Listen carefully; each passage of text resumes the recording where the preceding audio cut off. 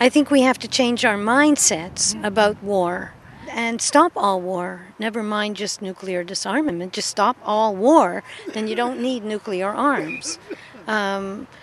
We're just supporting a military-industrial complex. We're supporting the armament movement. August 6th is a date that history should never forget. On that day, Hiroshima was destroyed by the first atom bomb to be unleashed on a city of civilians.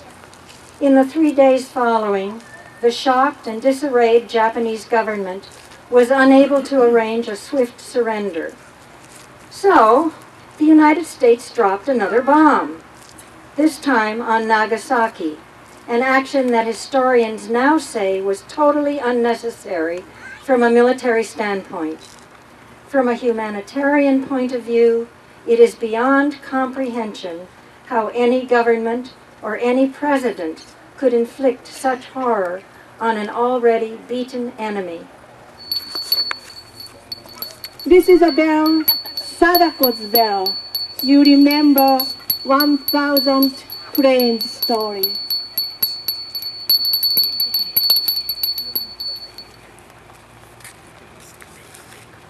Masataka Asaeda, 9th grade boy. He wrote this when he was in grade 3 in 1945. Crying and calling my mother's name, I hurried home. I can't tell where my house is supposed to be, and as I'm wandering around, I hear the voice of my sister calling my name. The instant I saw my sister, I was frightened. She is standing there, dyed bright red with her blood.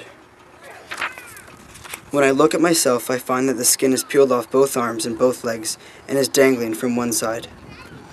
I couldn't understand what it was all about, and with that and the terror, I burst out crying.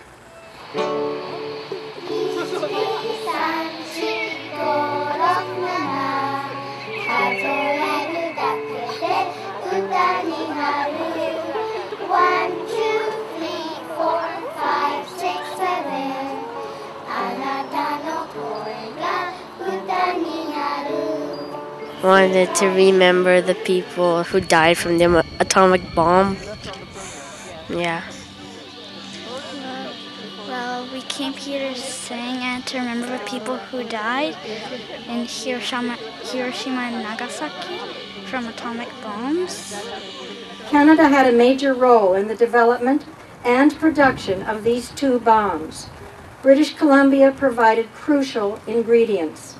The Consolidated Mining and Smelting Company of Trail, British Columbia, manufactured and exported deuterium oxide, otherwise known as heavy water, required to trigger nuclear bombs.